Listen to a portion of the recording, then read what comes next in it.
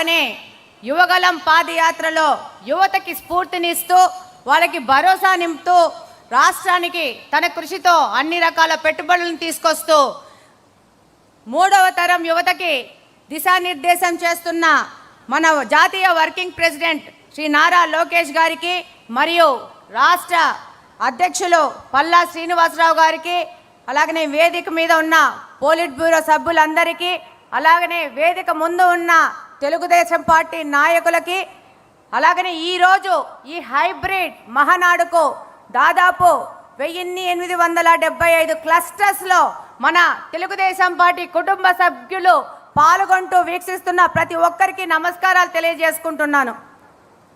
మహిళా రిజర్వేషన్ భారత ప్రజాస్వామ్య చరిత్రలో మహిళా సాధికారతకు చారిత్రాత్మక మైలురాయి నారీ శక్తి వందన్ అధినియం.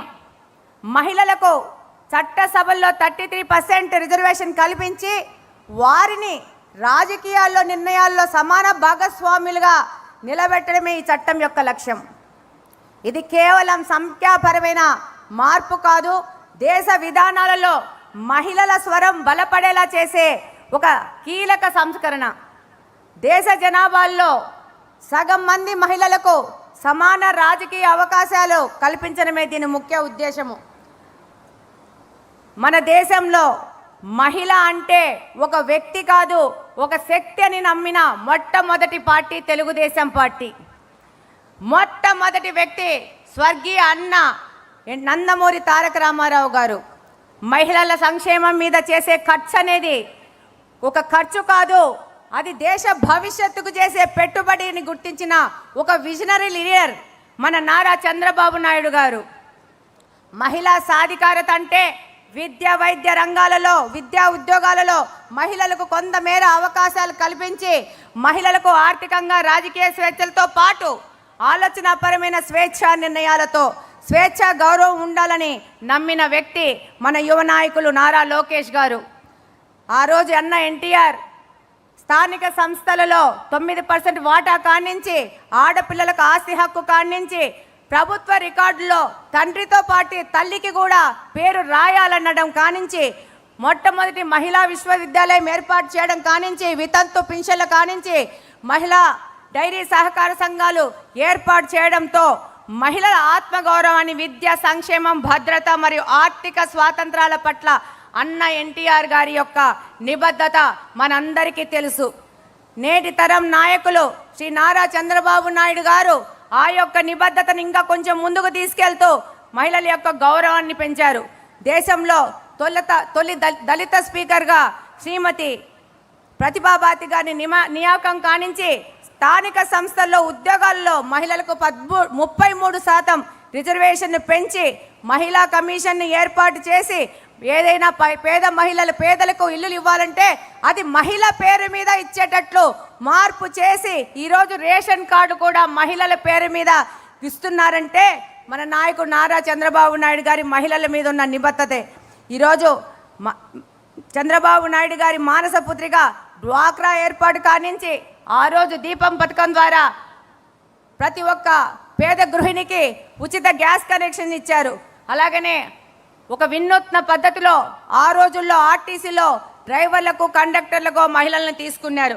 ఇవన్నీ మహిళా పక్షపాతిగా శ్రీ నారా చంద్రబాబు నాయుడు గారు నిలిచారు. ఈరోజు కూటమి ప్రభుత్వం అధికారంలోకి రాగానే దీపం 2.0 కింద 3 సిలిండర్ ఉచితం కానీ మహిళలకి బస్సుల్లో ఫ్రీ కానీ తల్లికి వందనం ద్వారా మహిళా ఆడపిల్లలు స్కూల్ డ్రాప్అవుట్స్ కాకుండా ఈరోజు మహిళల కోసం ఎన్నో కార్యక్రమాలు చేస్తున్నారు. మహిళా రిజర్వేషన్ అనేది ప్రభుత్వాలు చేపట్టాల్సిన సంక్షేమమో లేదో బాధ్యతనో కాకూడదు, దాన్ని మహిళల హక్కుగా భావించాలని ఈ సందర్భంగా తెలియజేసుకుంటున్నాను. 48% ఉన్న మహిళలకి జీడీపీ కేవలం 18%గా చూపిస్తున్నారు. దీనికి కారణం అన్ఆర్గనైజ్డ్ సెక్టార్లో మహిళలు పనిచేస్తున్నారు, వాళ్ళ కష్టాన్ని లెక్కించడం లేదు. అది మొత్తం కలిపితే ఈ యొక్క జీడీపీ అనేది 30% వరకు చేరే అవకాశం ఉంది. ఈరోజు